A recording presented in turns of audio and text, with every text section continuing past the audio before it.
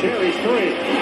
Johnny Walker. Mashing up against control. His shot. Through score. They score. They tie the game up 2-2. Some drives out for Robbie Ryan. Her three right on the money. This is Taya Hansen for three. Other side of the rim with a pretty reverse. Wow. 5 seconds to go. Find Hawk.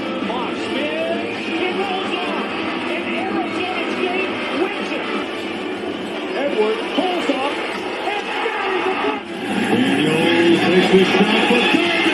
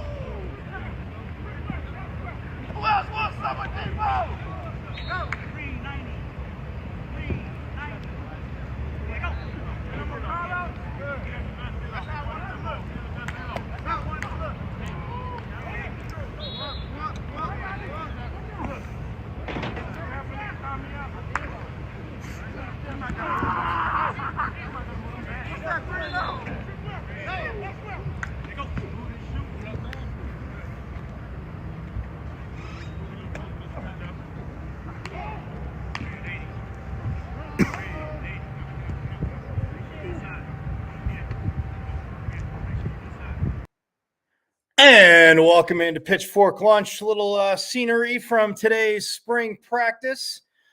Practice number 14. The spring game counts as 15, but yeah, last practice before the spring game.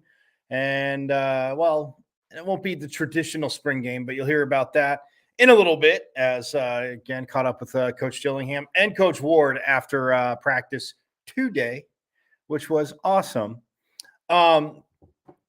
But yeah, I am Michael Caracino at Diablo00 on X, artist formerly known as Twitter. So glad you could jump in here on Pitchfork Lunch. It has been a crazy, busy few days, and it's just getting busier in Sun Devil country. But yes, so glad to be here. Again, at Diablo00 on X, artist formerly known as Twitter. You can check out the show live there on my IG, michael.caracino.5. And Pitchfork Lunchers, you know this, the YouTube as well. Go to my YouTube channel and subscribe away because you've missed a ton of interviews, a ton of sound, a ton of just action from sports, all different ASU sports. So don't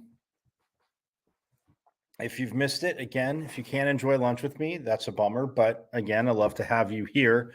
But go to the YouTube channel. And for those of you that are here, you know, share with your Sun Devil friends. Let's go. Forks up. Let's go.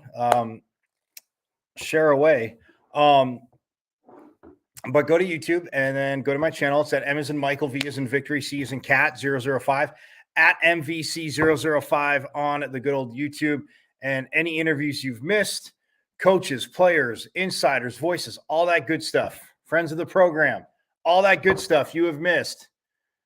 Guess what? You can subscribe to the YouTube channel and go there. Hit me up in the comments here if you have any thoughts, any questions, thoughts, all that good stuff, or on X at Diablo00 as you see on the bottom of the screen.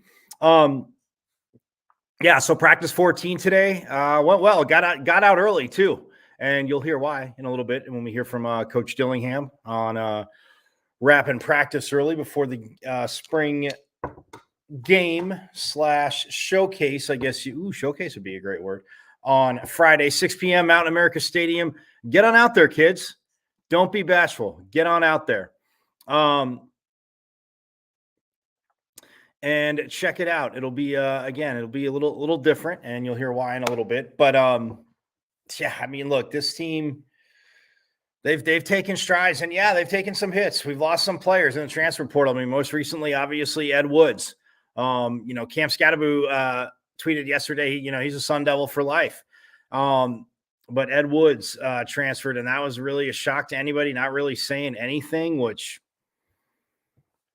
wow. I mean, yeah, it can only lead to speculation until Mr. Woods comes out and says as to why. And again, in this day and age, look, I talked about it at the end of the season. And even in basketball with the portal, in this day and age, back channel communications to certain players and with NIL. And I'm not saying anything bad about Ed Woods. He was always gracious with his time. I love talking to Ed Woods. I love how he grew. And I'm obviously not thrilled he's in the portal at all. And yes, for those of you that watch and know, have I said that the secondary is growing in it's a very deep room, and we'll hear from Brian Ward again before the end of the show too, but it's a deep room. It's a talented room, but losing your, top corner going into this year is it's a little bit of a head scratcher. And you saw Coach Dillingham's reaction the other day. So, but look, nothing but mad ups for Ed Woods. Loved what he did here. Just not thrilled about him being in the portal, but at the end of the day, like Coach says, players got to feel if they're going to do what's best for them. So if Coach is wishing Ed nothing but the best, and I know he does, and they got to keep doing what they're doing, then hey, I wish nothing but the best for Ed. So, but this secondary group, man, it is deep. Keith Abney had a hell of a day. He had 2 interceptions in practice today, 2. 1 in 7-on-7 that counted. another one in group that, was called an interception by two officials that were there, but may have been overruled through an incomplete pass with the coach controlling the whistle. You'll hear about that in a little bit too.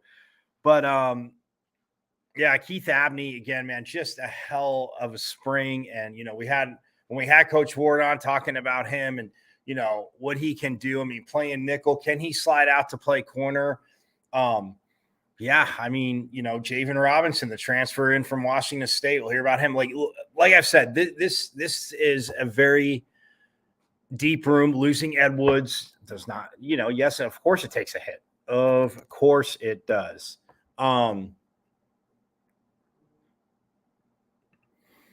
But yeah, it is a room that has showed a lot.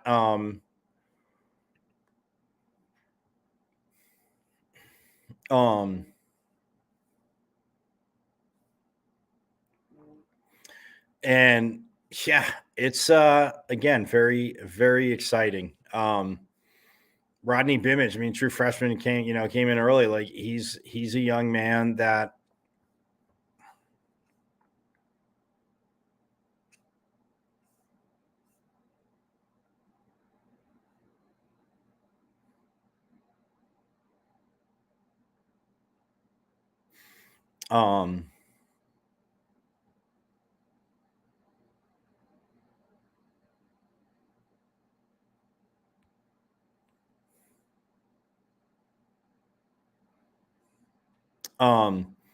so yeah, I mean, and Terrence Welch, that's another transfer that came in.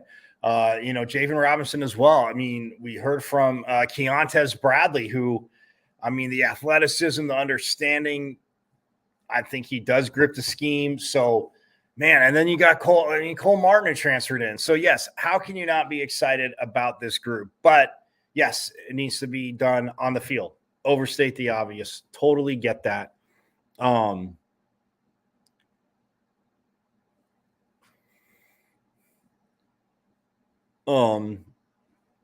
yeah, so spring game coming up Friday, 6 p.m., Mountain America Stadium. I think there's going to be fireworks afterwards as well, too.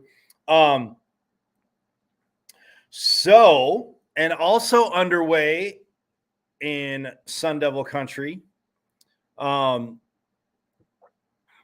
Also underway in Sun Devil Country, the Pac-12 Beach Volleyball Championships, hosted by who else? Yes, ASU.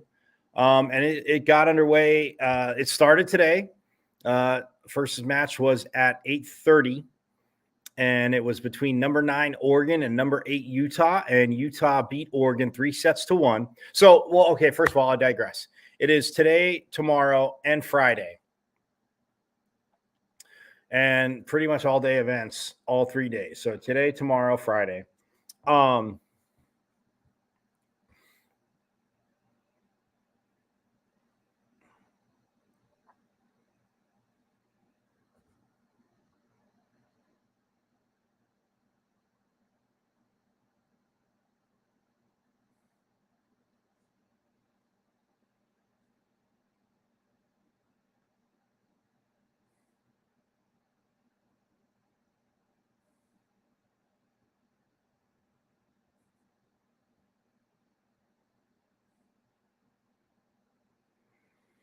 So it is today, tomorrow, and and Friday.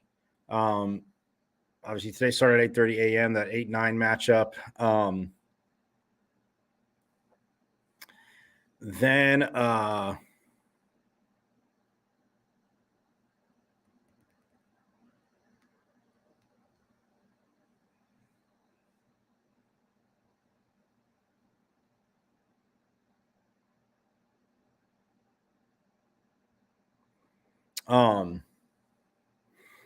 and yeah, starting at 8:30, and Friday starts at 9, but pretty much going all day. So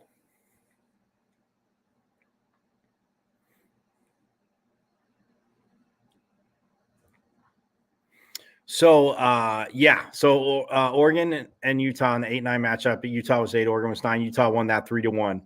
And then the second matchup that got underway at 10:15 and wrapped up just a teeny bit ago. UCLA, number 2, took on number 7. Well, I'll say it, Arizona. And UCLA won that 3-0. So, but yeah, if you look at the seeds, so USC came in at number 1. USC is the number 1 seed. UCLA is the number 2 seed. Stanford is the 3 seed. Cal's the 4 seed. Washington's the 5 seed. Our Sun Devils are the 6 seed. That team down south is the 7 seed. And Utah winning that 8-9 match, they were playing for it, but Utah's the 8 seed and Oregon is the 9 seed. So yes, Washington State, Colorado, and Oregon State do not have beach volleyball teams. Hence, that's why there's 9 teams.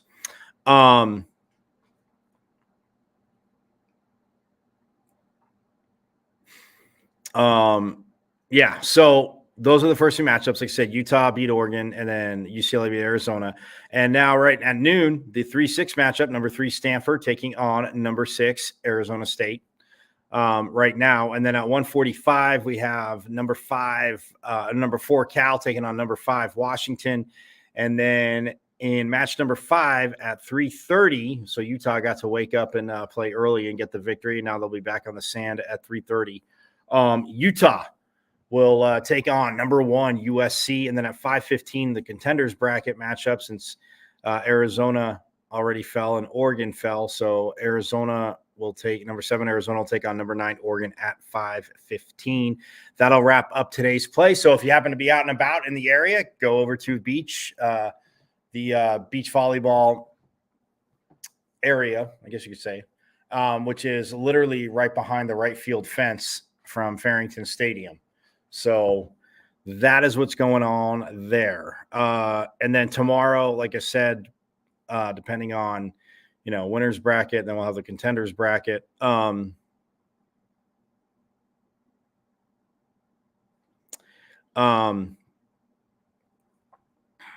yeah, tomorrow 8:30 to 5:15 again, and then Friday 9 to 4 p.m. So yeah, if you're in the area Friday too, you go check out some Pac-12 beach volleyball, and then head over to the spring game, 6:00, Mountain America Stadium. Look, everybody wins. Everybody wins. So yes, just a little heads on that. And like I said, ASU will be taking on Stanford.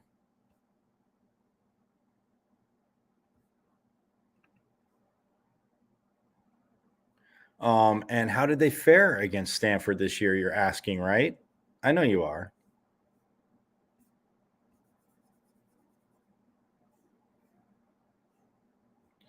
Well, I can tell you how they fared, because, again, it's a team, by the way, it kind of buried the lead. Finished 19-7, 5-2 at home, 2-4 away, 12-1 neutral sites. So I'm liking their chances on their home sand. And yeah, it was a little overcast, a little cool this morning, but heating up, of course, as the afternoon goes on. And so back in March, the wonderful month of March, in Tempe, ASU beat Stanford 3-2. So in the Pac-12 South tournament, which was hosted again here in Tempe, UCLA, Stanford, Cal, and that team down south participated.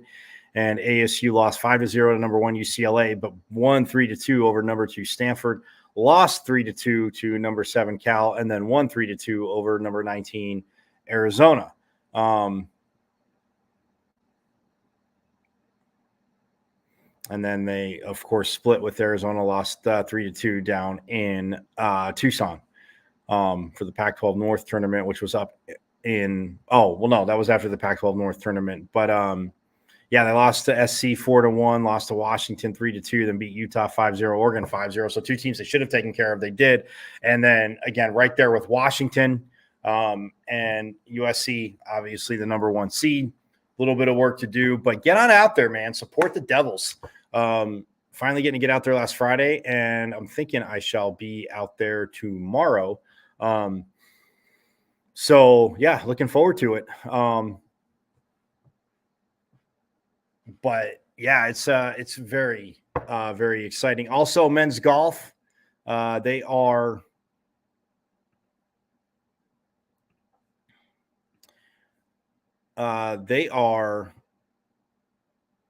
getting set for the Pac-12 championships, which are going to be up in Carefree. I want to say at the desert.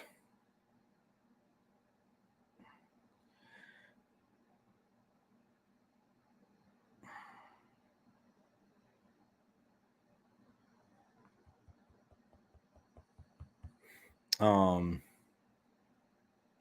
man, why do I keep?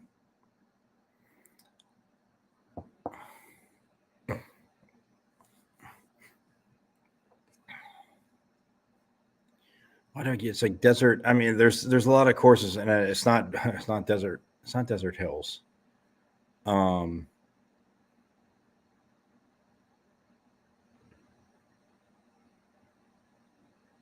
It is Desert Forest. Sorry. It's driving me nuts. But yes, I got there. The Desert Forest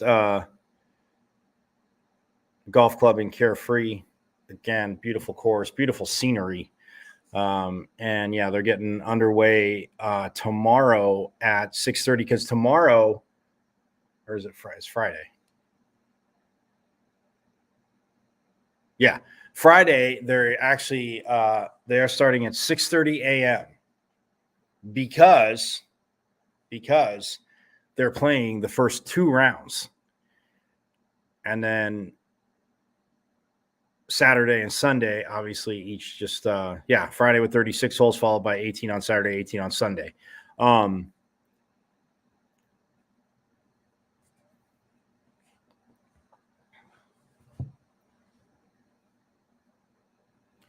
So yeah, the Thunderbird Collegiate ASU, their last time on the course, and I talked about that. That's sick. Absolute domination as they shot 38 under and won by 28 strokes. I mean, just think about that. You're 38 under and you won by 28 strokes. So you figure another team figuring we're going to shoot 10 under and we're not going to win. Obviously, it can happen, but you'd be floored. So, yeah, and Preston Summerhays, who has had just a phenomenal season for Coach Thurman, he was the individual champion at the Thunderbird Collegiate. So, at Papago, and it was their second consecutive team title at the Thunderbird Collegiate. So, yeah.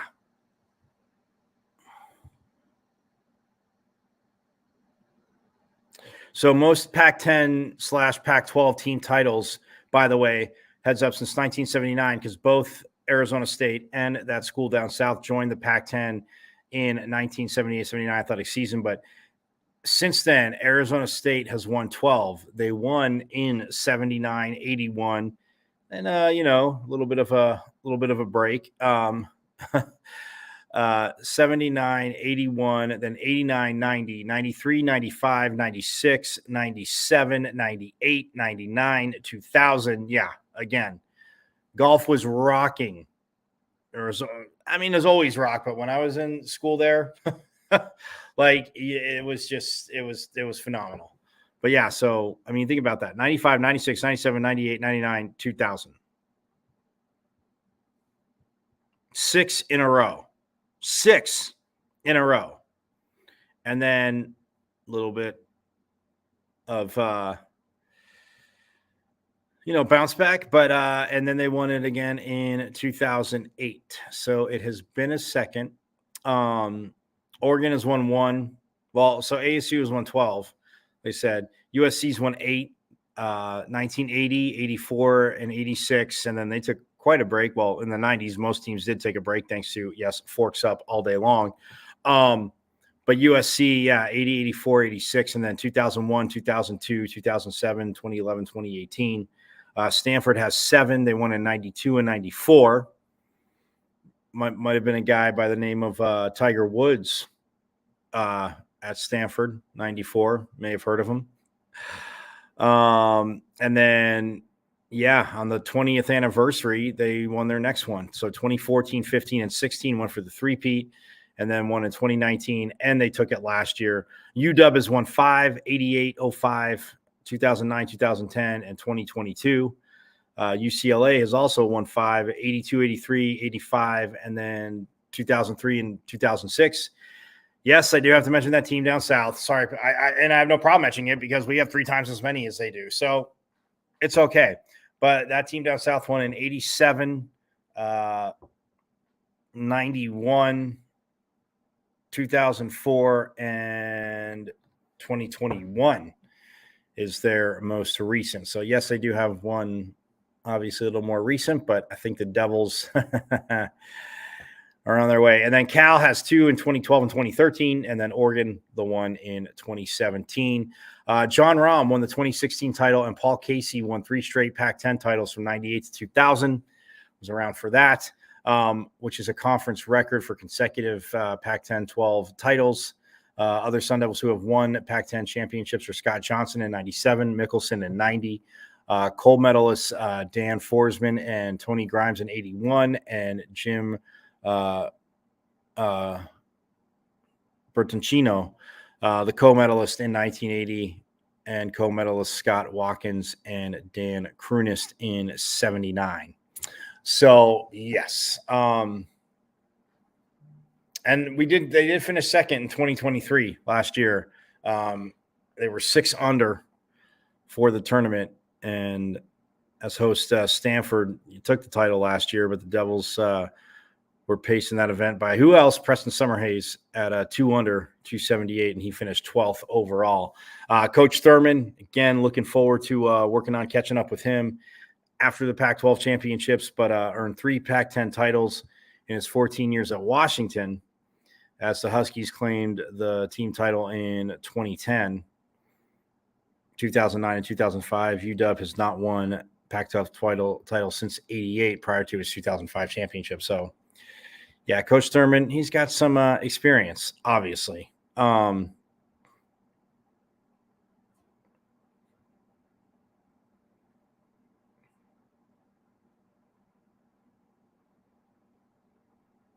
Yeah, here's a fun fact for y'all, and I saw this and I was stoked, so that's why I could mention that team down south. But a Territorial Cup series point is on the line at every men's golf Pac-12 championship, as the Sun Devils have had the upper hand recently in the series. ASU has finished better than Arizona in 14 of the past 17 Pac-12 men's golf championships, missing Territorial Cup series points only in 2011, 2012, and 2021. So forks up all day long to the men's golf team. Absolutely got to love that. So the women wrapped up, and we will get to that. But I am going to take a quick break. And when I get back on the other side, we are going to hear from Coach Dillingham wrapping up practice, and also Coach Ward. A lot to say, defense. Again, man, very exciting. Very, very exciting. So we'll step aside. More coming up here on Pitchfork Lunch.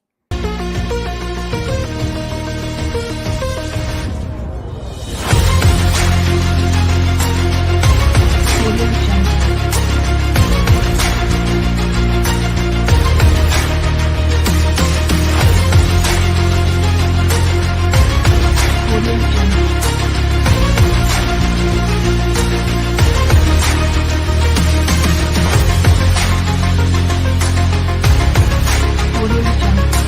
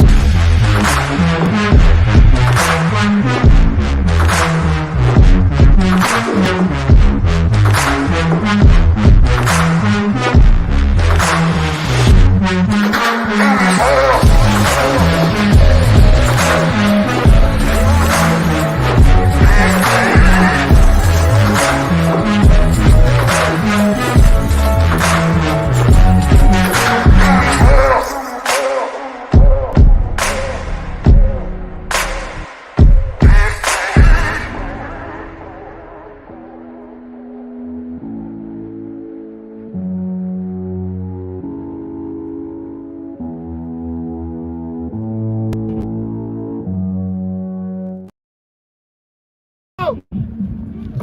Release! Hey, see the torque? See the numbers. Come on. Go!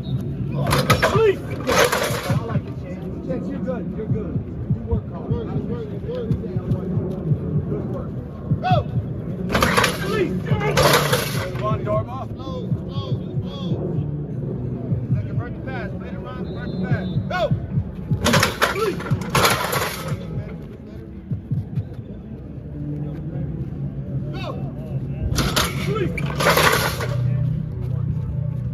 What I was seeing is working. Go! Three! Oh, he's on the bird.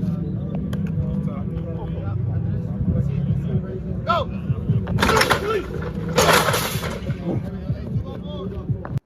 And we are back here on Pitchfork. Let's little D-line action, little Cobra Kai strike first, strike hard. No mercy, sir. Sensei. No. Anyway, couldn't resist. But that being said, a little defensive action there from D-line action, which again we're going to hear more about. But yeah, I mean, a hell of a practice, hell of a spring up to this point. And again, don't just go off what I say. I mean, think about what obviously coaches looking at film, and they said with the transfer portal, obviously Bryce Pierre, you definitely need to add a tight end.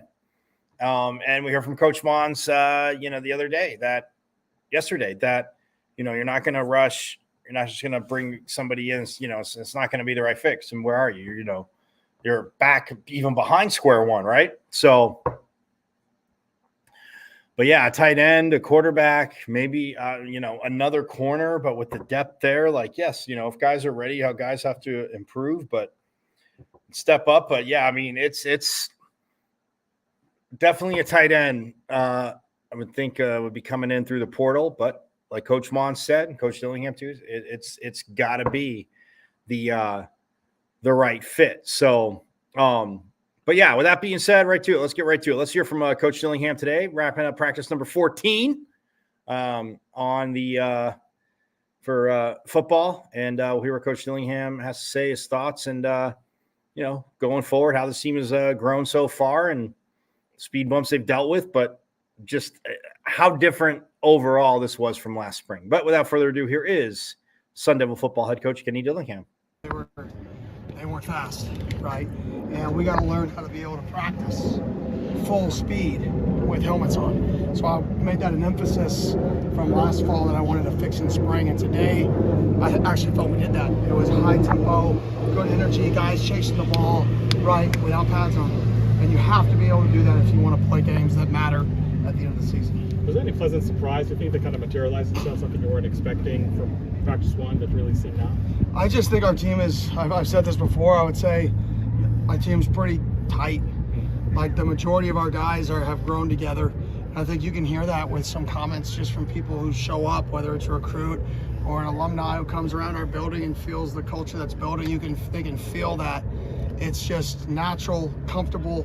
Guys have relationships. They feel like they can be themselves here. And I think that's showing up, when you take the field and guys communicate with each other, or somebody's having a bad day and 7 guys go up to them, all that stuff matters because these are still 18, 22-year-olds. Is that what you expected to be at this level, or maybe that was maybe a little surprise that it happened so quickly? Yeah, I mean, I don't know.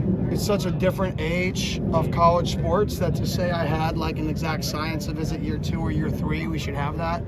I really don't know the answer to that. I can say I feel good about where we're at from where we were, 18 months ago when we stepped foot on campus here to where we are now, culturally, talent level, just top to bottom, recruiting. I feel like we're trending in the right direction. And now with that comes results. Like I'm also fully aware that a lot of bark with no bite doesn't matter. That eventually we have to show on the field that we are improving to reflect everything else that's improving. Now has to show up on Saturdays. We got to be competitive. We got to be in games. We got to win games. And we got to show that improvement is not just, the fluff. Keith Abney had a good practice today. He did. Keith's had a really good spring. You can trust Keith. Are you sure that first one was incomplete? Because I think we need to get a review on that one. Yeah, there should have been a review. I thought it was definitely an interception, and then I decided that I didn't want to end the drill. So I said it was incomplete. That's the beauty of the whistle. As a coach, I know you're used to change, but all the different changes, whether it be players or coaches, how do you adapt to that, and how do you get used to that, I guess? Yeah, it's not a matter of adapting or getting used to. It's just like you control what you can control. It's like what I said the other day, like everybody who's worried about all this stuff, that has no effect on what I do today. Or it may have an effect, but I can't control it. So why would I waste an ounce of energy on anything that's not going to make us better? Every ounce of energy, every second I waste talking, feeling, whining, complaining about something that doesn't get us better is wasted. And I want everybody, our team, our players, our coaches, our community, the Valley, to focus on what can get us where we want to go, not what has stopped us in the past from getting there. It's what can we do now to get there? And there's something everybody can do, whether it's me, whether it's my mother, whether it's Kent, my little boy coming out here, and maybe that's the difference. I don't know. Maybe a recruit sees that and they're like, oh man, there's a family atmosphere there. All because my wife and Kent come out to practice. I don't know. You never know what the difference is, and you never know the value you truly have somewhere. You don't. Whether you're the smallest role or the biggest role, you don't. And everybody in this community has a role in getting this program to where everybody thinks it can be. And I mentioned some guys, but your overall thought on just the growth of the defense as a group this spring. Yeah, year two in it, having some guys that are returning that understand, especially in the back end, that can make calls, was huge for us because we're progressing a lot. And then even year two in terms of, all right, what are some minor adjustments we want to make as a staff going into a new league, if any, based off what we're going to face. And that's not in quite yet, but it was just our guys are more comfortable in the system. And then we signed guys that came from a similar system in the back end, right? That's one thing that we looked at is, okay, this guy's a good player, this guy's productive, but did this guy come from a quarters or two Tampa system, or did this guy come from a match third system? All right, well, if he came from our kind of system, football's similar everywhere, then he may not know the words we speak, but he knows what his job is, so it's gonna correlate faster. And that was one thing that we looked at in these, especially the back end and the secondary transfers on defenses. Do they fit, or do they come from a similar system? Very similar to what the NFL does when somebody knows the verbiage of one system and they sign them to a free agent role at another system because he's familiar with the system. We try to do that a little bit, and when it was close on kids, we took those kids. And I think that kind of showed up this spring. And this we're not going to hold out anybody that's healthy. We're going to play everybody that's healthy. Friday is going to be a little different, though. It's not just going to be a scrimmage. It's going to be a lot of competitions. We're going to have a punt competition. We're going to have you have to field a punt, O-lineman, D-lineman competition. We're going to have a kickoff competition, a field goal competition, special teams, one-on-one competitions. We're going to have a one-on-one battle where wideout versus DB, linebacker versus running back. And then we'll do a little bit of 11 on 11. But I think we got the majority of our work in. Now it's, time to showcase some of the guys, like I told our leadership council, that don't always get to be on TV. Not all the guys that aren't always in every game on game day. It's time to showcase those guys and, on the Pac-12 network for the last time, let those guys kind of be seen a little bit and let their parents see them, let their communities see them, kind of go out there and be the face of it, because I think, we need every guy on our team to be bought in. So we're going to get those guys involved at a high level. And I think, in this era of NIL and transfer portal, you got a guy like Cam Scattle. Had a great year, maybe surprised a lot of people. And, what does it say about his humility to come in better shape than last year, having a great spring, and, just tweeting yesterday, I'm a Sun Devil for life?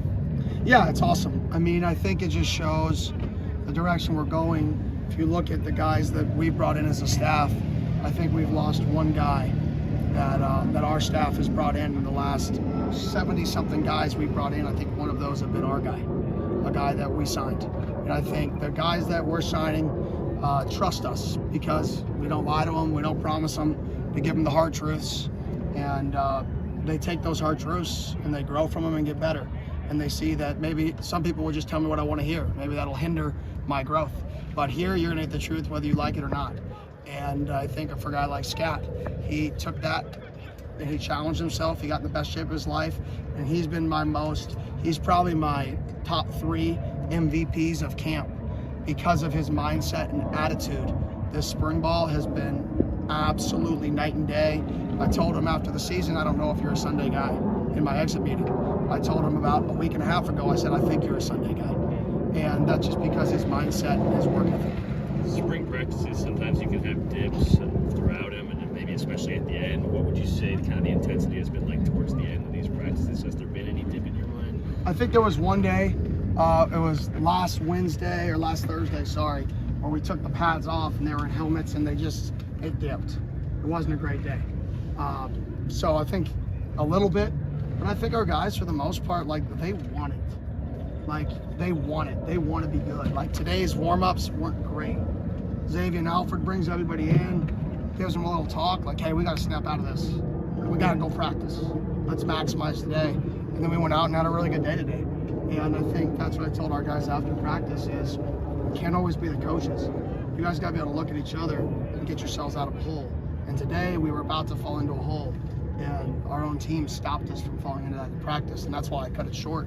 So I'm like, you know what, we got our work in, and I'm proud of you guys for fixing the problem that was about to happen. Did that happen last year at all? Oh yeah, often. You said that you were excited for some of these guys that didn't have much exposure to kind of show face. Who specifically do you think we need to look out for that maybe not as seen? Yeah, Jack Ball, Adama. I mean, I could Bourget. I could go on from that. There's a lot of guys, just a lot of guys that put in the work day in and day out, day in and day out, day in and day out, and nobody ever talks about them. I want those guys to be the only two people taking a rep on TV and everybody's eyes on them, so everybody knows, hey, listen, I'm here too. I'm a part of this. I'm a vital piece, and I want them to know that we're going to take time to showcase them in this thing.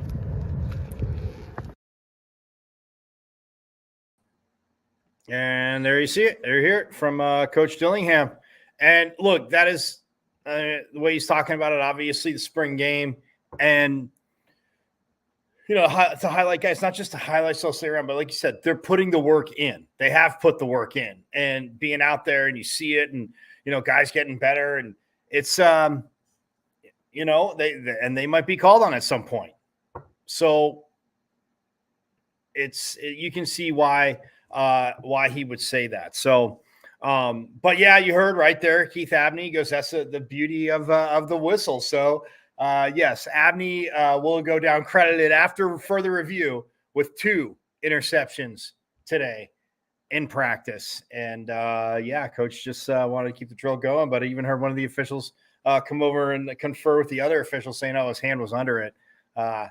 Because both on-field officials called it an interception. So Abney had 2 again today, and this young man's growth, I mean, oh, man, like I said, it's exciting. But perfect transition. And, yeah, I mean, you heard, you know, real quick, Coach Dillingham talking about Camp Scatterby, you know, top 3 MVP, saying, you know, it's looking outside in that you'd be a Sunday guy. And now, you know, he came in, his leadership picking up not just the guys on offense, but – you know, on defense. And yeah, there's been a few,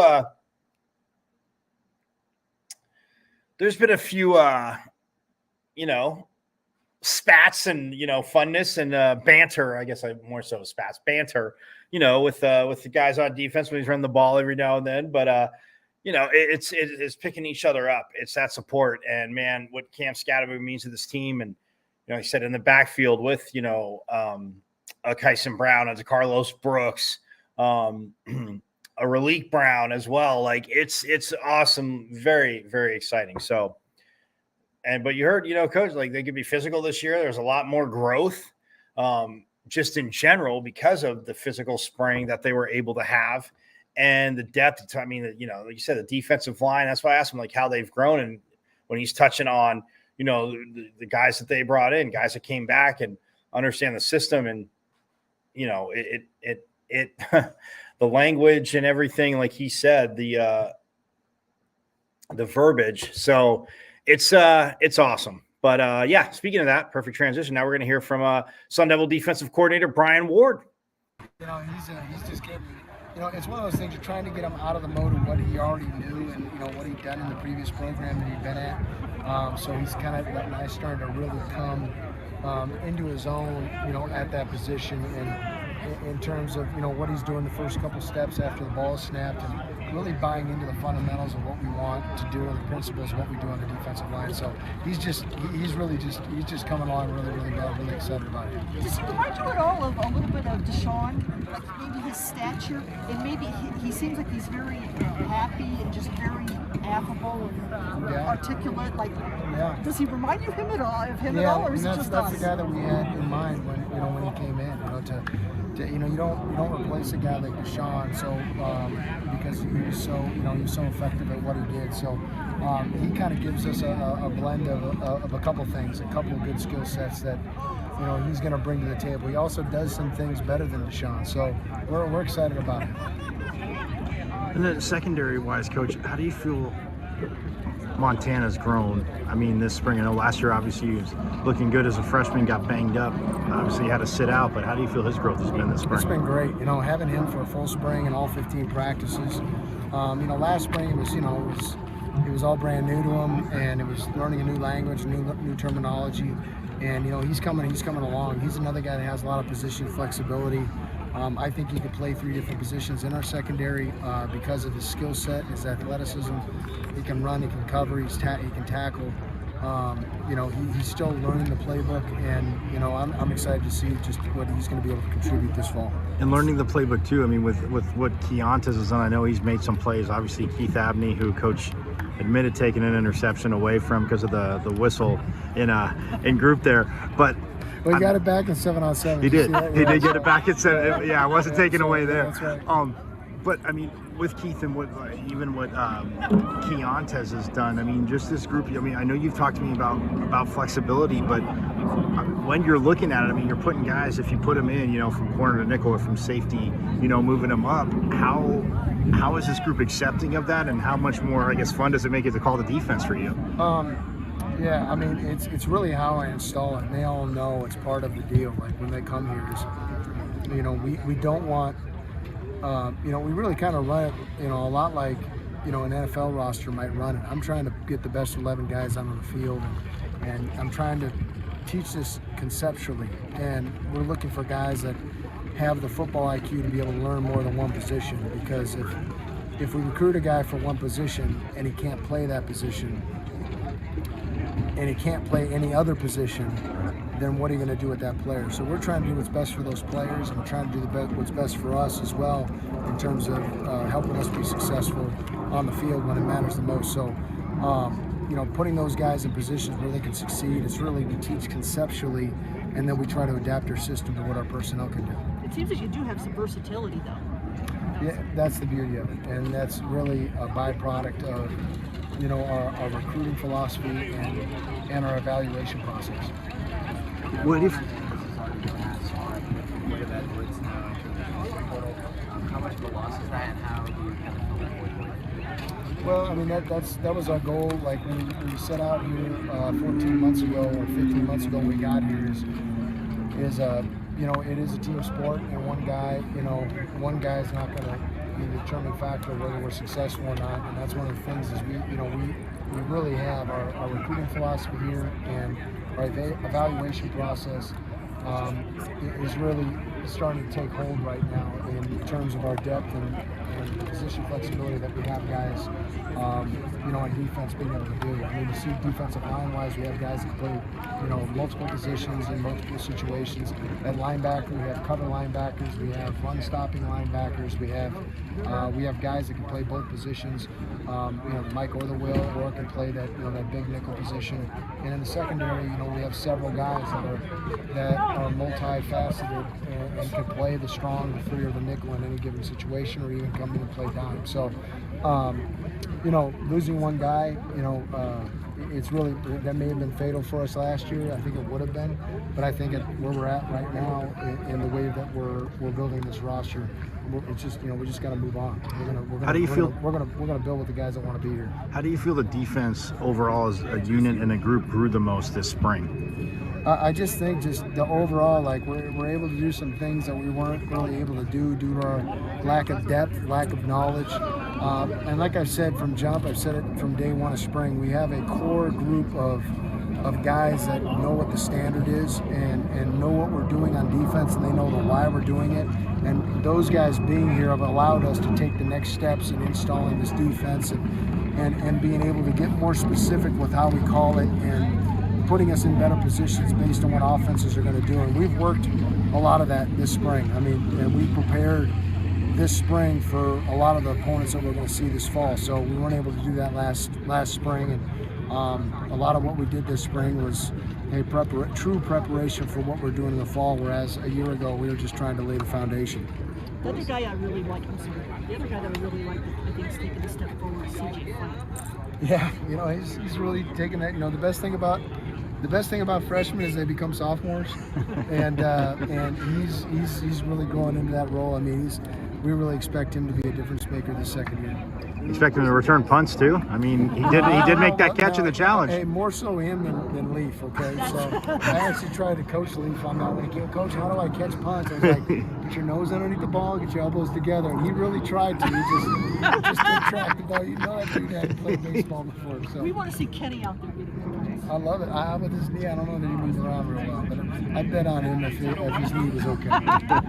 Speaking of losses on each level of defense, Sean, Travion, and Rowe, who are some guys in each of those areas that you feel have kind of stepped up and started to take charge of that role early on? Yeah, I mean, at safety, you got Miles Rouser, Kamari Wilson, Xavier Alford is a jack kind of all trades, and he can play free, he can play nickel, he can play strong. We really feel great about our depth at strong safety and being able to replace our strong safety position at corner.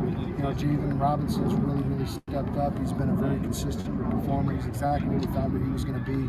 Terrence Welch has gotten a lot better, especially this last week. He's taken huge strides. You got young guys like Rodney Bimage, and you got a guy that's flexible like Keith Abney. You know what I mean? That we could move over to corner as well. And he's had an outstanding spring running the nickel, playing corner. So we're really excited. Jacob Richkin came in. Jeff Clark has come in on the defensive line. We got guys like Blaze Monalong, Tristan Monday. I know CJ's had a phenomenal spring. He's done what we expected him to do, but we just feel better overall about our depth right now. And again, the foundation's been laid, so it's allowed us to do some other things this spring that we weren't able to do last spring.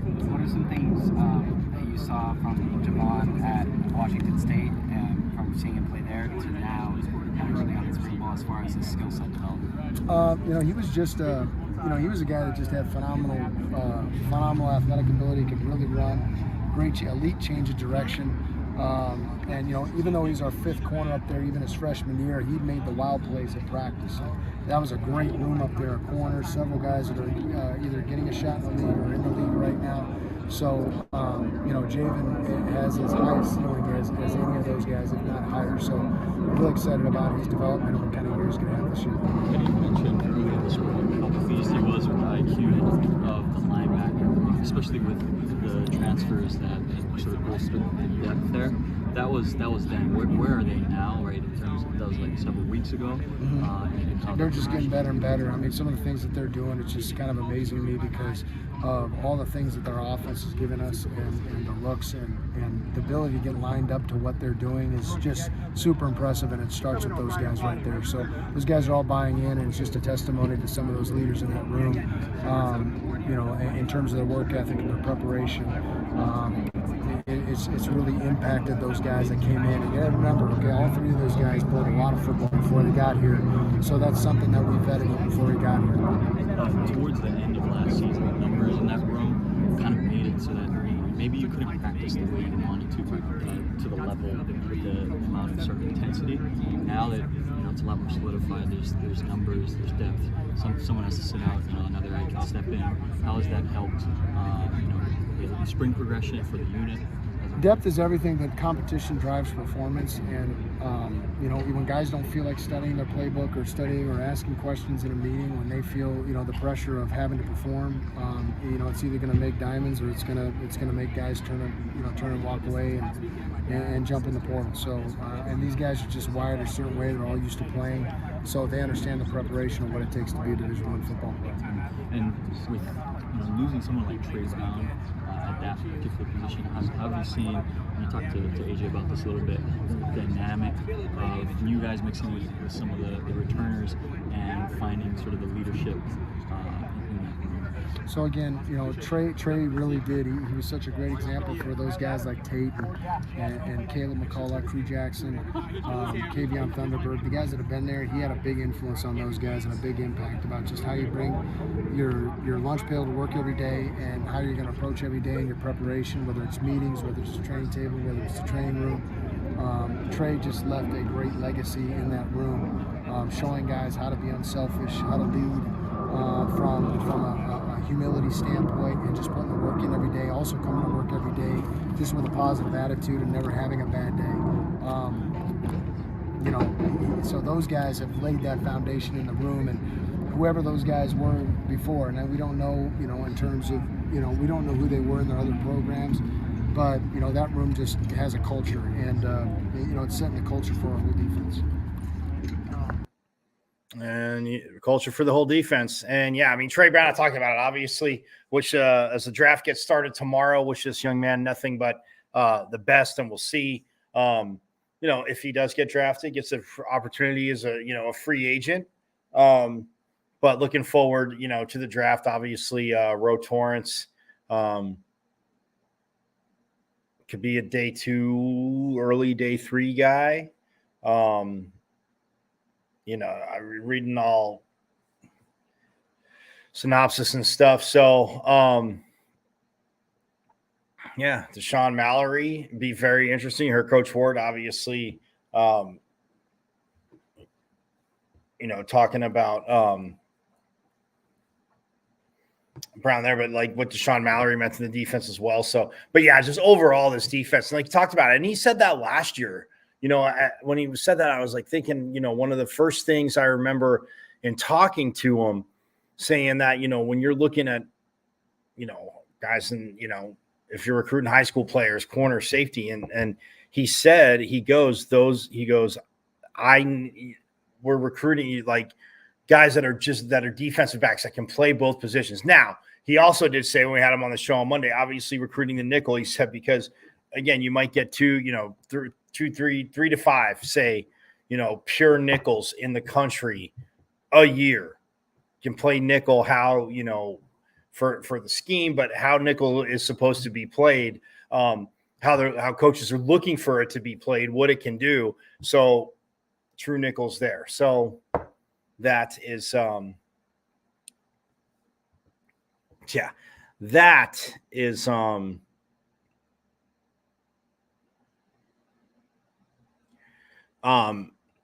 very, very,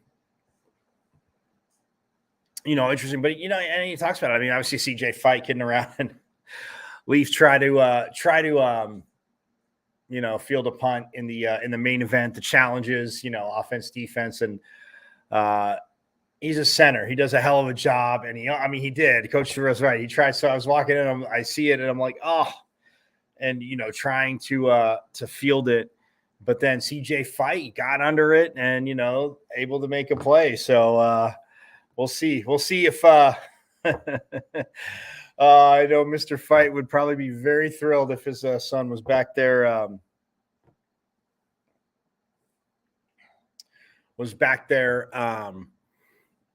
Catching punts, maybe fielding a punt or two this season. We'll see.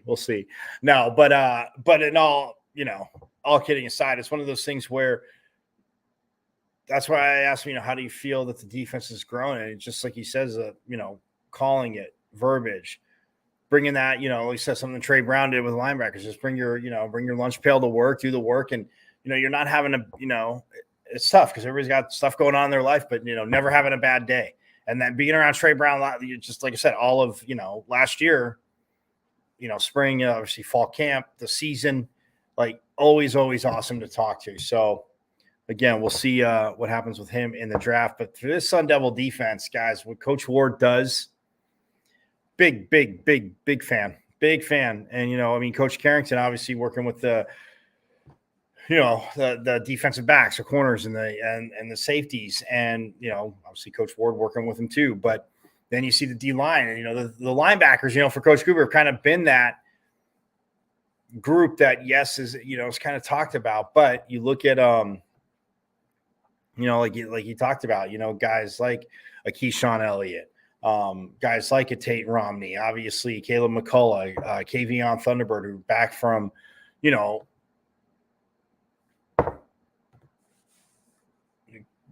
back from last year, but just they see it. But Caleb McCullough, I mean, his growth, and then Tate Romney, because I think he really started to come on in the second half of the season.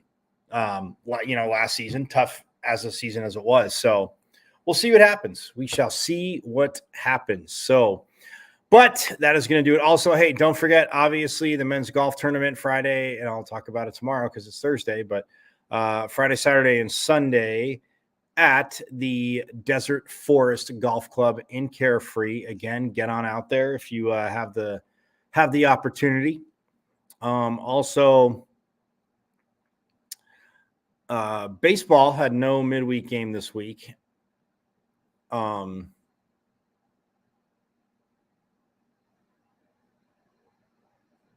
So they are getting set to take on USC. And softball also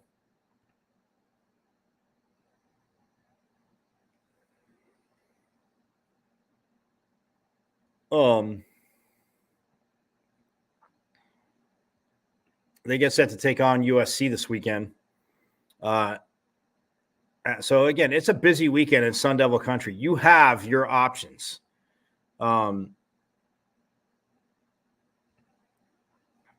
The Devils, after the 3-game sweep of that other team in LA, the Bruins. By the way, I just saw this. Shout out to Jeremy Hawks as he sends the stuff. I knew it had been a minute. They've won series, but this is the first time that ASU has swept UCLA since 2010. And not that they haven't won series. I'm saying getting the sweep, not easiest to do, of course, in the Pac-12 in this conference, but Pac-10, Pac-12. But yeah, 20-21 overall, 10-11 in conference, 12-11 at home, 8-9 on the road. Again, it was 5-9 on the road. They got 3, so back to again getting to 500 and blasting through the ceiling, going past it for baseball and Coach Bloomquist as he's talked about. So yeah, USC Friday night, again same night as the spring game, 6:30 though at Phoenix Muni. Saturday, and it's youth baseball weekend all weekend. Saturday at 6:30 as well. And then Sunday at 1 p.m. At Sunday at 1 p.m. At Phoenix Muni, they have the Trojans. And then next week, there is some midweek, Tuesday and Wednesday. They take on UC San Diego at Phoenix Muni, both those games at 6:30. But, hey, got to get through the weekend first, just giving you kind of a little heads up. But, again, and I'll talk more about USC. Mention that tomorrow as well. But, yeah, and softball, lastly, before we recap, again, beach volleyball, ASU hosting the Pac-12 tournament at the ASU Beach. I guess you could say Beach Parkish there, but it's behind the right field fence from Farrington Stadium.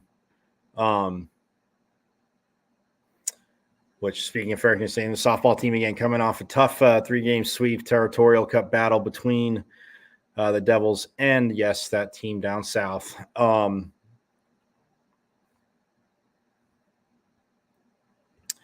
And they have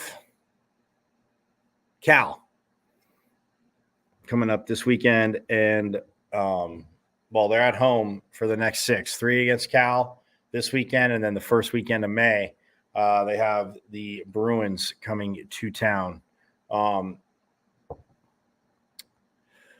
Cal, again, Friday, same thing, 6 p.m., and then Saturday at 5, and then Sunday at good old noon is when Cal is will be here. So again, definitely looking for a fun, busy weekend. Like I said, spring game Friday, obviously the baseball and softball Friday, men's golf hosting the Pac-12 championships at the Desert Forest Golf Club in Carefree. So yeah, I got you. And yeah, baseball, softball home, volleyball. I mean, today, tomorrow, and that ends on Friday. So inevitably, you have a little bit to do. But yes, the women's beach volleyball, and yeah, hosted by Arizona State, of course.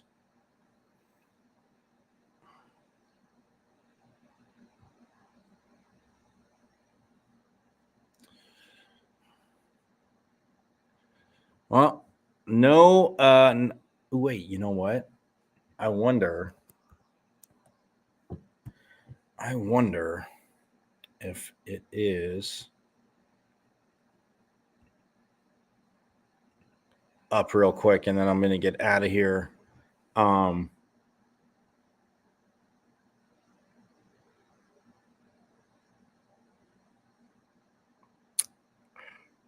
So it looks like Stanford's up 2-0.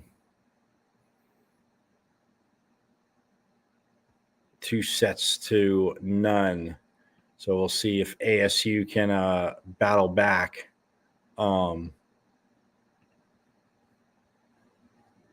Yeah, because it's not reported on the site as final yet.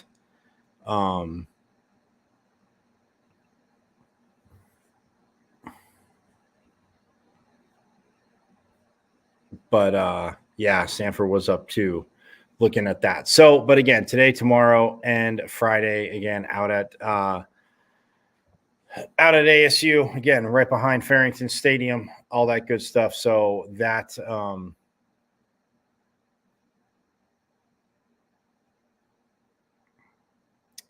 that we can go from there. But hey, everybody have a great rest.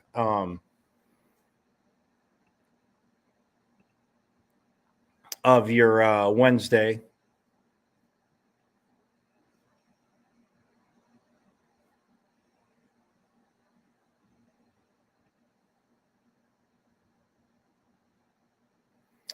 And yeah, don't forget, again, at Diablo00 on X, the artist formerly known as the Twitter.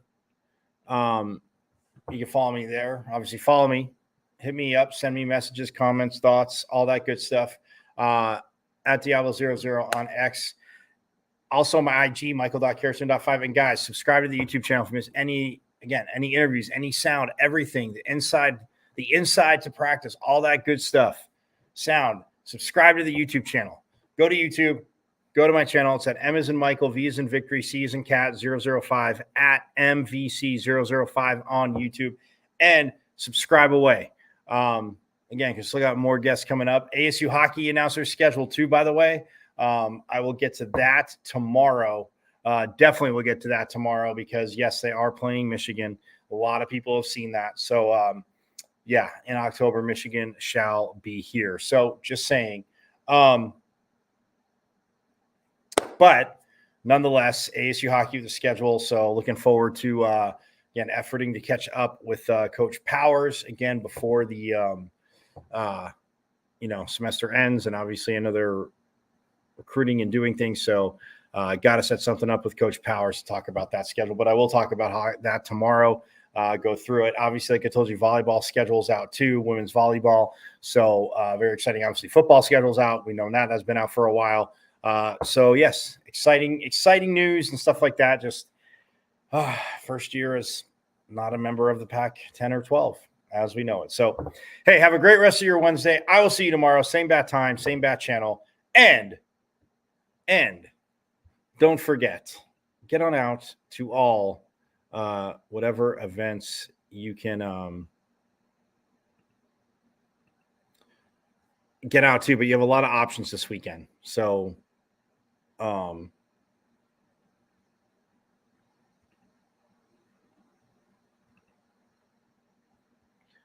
you have a lot of options this weekend. So yes, that is a big thing. So I'm going to get out of here. Have a great rest of your day. Give you a little bonus stuff on the way out, but it is the Sun Devil State and we go all around. Sun Devil Nation in this. So I'll see you tomorrow. Same bat time, same bat channel. And yes, as always, you know it. Forks up.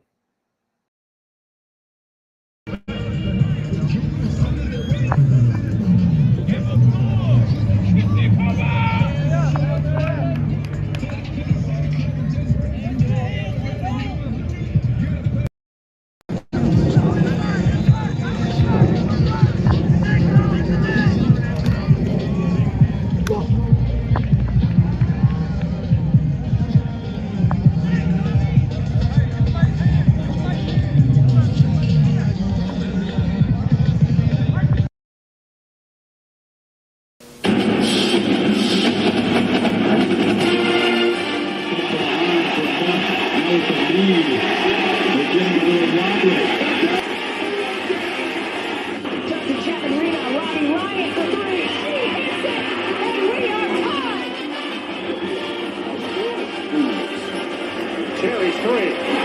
Johnny Walker matching up against control. His shot. Bruce score, they score. They tie the game up 2-2. Recent drives out for Robbie Ryan. Her three right on the money. This is Taya Hansen for three. Other side of the rim with a pretty reverse. Wow. 5 seconds to go. Find Hawk. Hawk spins. It rolls off. And Arizona State wins it. Edwards pulls off. And buries the block. Takes his shot.